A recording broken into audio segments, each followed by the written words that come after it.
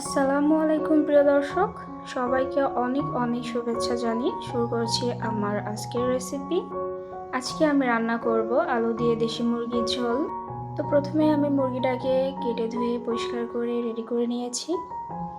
চুলায় একটি প্যান বসিয়ে পরিমাণ মতো তেল দিয়ে নিয়েছি। এখন এখানে দিয়ে দিচ্ছি 2টা তেজপাতা, দারুচিনি, 4-5টা সাদা এলাচ আর 2-3টা লবঙ্গ, 3-4টা শুকনো মরিচ। এখন এটাকে কিছুক্ষণ ভেজে নিচ্ছি।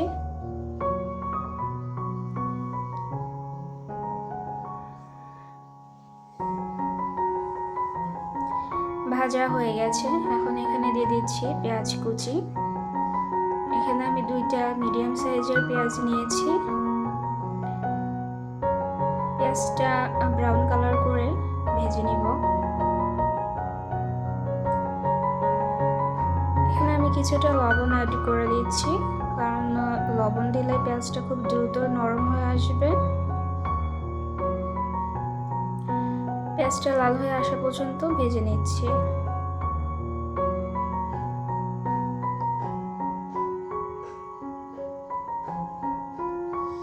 পেঁয়াজটা কিন্তু নরম হয়ে এসেছে আর এই পর্যায়ে এই পেঁয়াজটা ভাজি হয়ে গেছে। তো এখানে আমি দিয়ে দিচ্ছি 1.5 চা চামচ আদা বাটা, 1 চা চামচ রসুন বাটা, 1 চা চামচ জিরা বাটা। তো এই মশলাটাকে আমি কিছুক্ষণ ভেজে নেব যাতে কাঁচা গন্ধটা চলে যায়।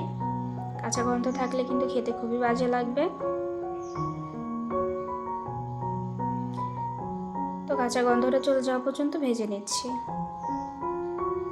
তো মশলাটা কিন্তু ভাজা হয়ে গেছে। এই পর্যায়ে আমি ধুয়ে রাখা মাংসগুলো দিয়ে দিচ্ছি।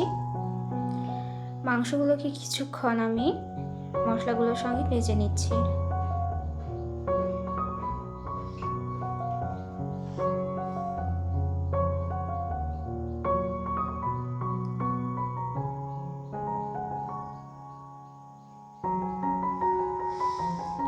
এ পর্যায়ে আমি একটা বাটিতে দিয়ে দিচ্ছি 1 চা চামচ হলদের গুঁড়া, 1/2 চা চামচ ধনিয়া গুঁড়া আর 2 চা চামচ মরিচের গুঁড়া। এই মশলাটাকে আমি পানি দিয়ে গুলিয়ে নিচ্ছি। তো মাংসটা ভাজা হয়ে গেছে। এই পর্যায়ে আমি গুলিয়ে রাখা মশলাটা দিয়ে দিচ্ছি। এভাবে গুঁড়া মশলাটা পানির সঙ্গে কিছুক্ষণ গুলিয়ে রেখে দিলে কিন্তু খুব সুন্দর একটা কালার আসে, আর তরকারিটা দেখতেও কিন্তু অনেক বেশি কালারফুল হয়। তো এই পর্যায়ে আমি কিছুক্ষণ মাংসটাকে কষিয়ে নেব। মাংসটা থেকে কিন্তু বেশ কিছুটা পানি ছেড়ে দিয়েছে, আর এখানে আমি যে বাটিতে মশলাটা গুলিয়ে রেখেছিলাম সে বাটিটা ধুয়ে জাস্ট কিছুটা পরিমাণ পানি দিয়ে দিয়েছি। এটাতেই মাংসটা কষানো হয়ে যাবে।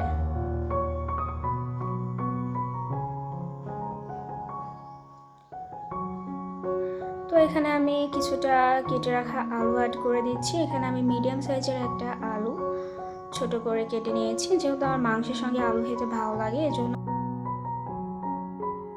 এজন্য আমি দিলাম। আপনারা চাইলে দিতেও পারেন, নাও দিতে পারেন। তো দেখুন মাংস থেকে কিন্তু খুব সুন্দর তেল ছেড়ে দিয়েছে। তো এই পর্যায়ে বোঝা যাচ্ছে মাংসটা খুব সুন্দরভাবে কষানো হয়ে গেছে।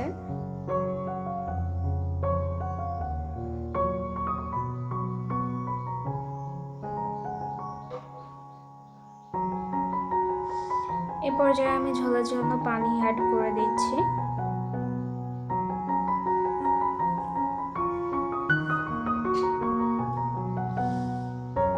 ঢাকা দিয়ে রান্না করে নিব কিছুক্ষণ।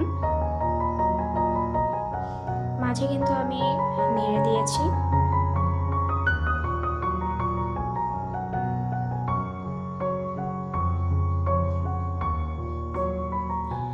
মাংস রান্নাটা কিন্তু অলমোস্ট হয়ে এসেছে। এ পর্যায়ে আমি 3-4টা কাঁচামরিচ দিয়ে দিচ্ছি, সুন্দর একটা ফ্লেভার আসবে।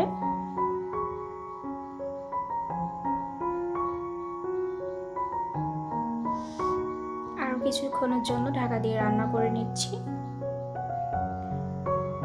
তো এই পর্যায়ে কিন্তু আমার মাংস রান্নাটা হয়ে গেছে।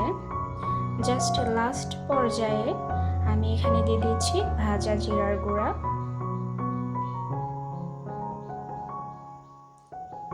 রান্নাটা হয়ে গেছে, এ পর্যায়ে আমি চুলাটা অফ করে দিচ্ছি।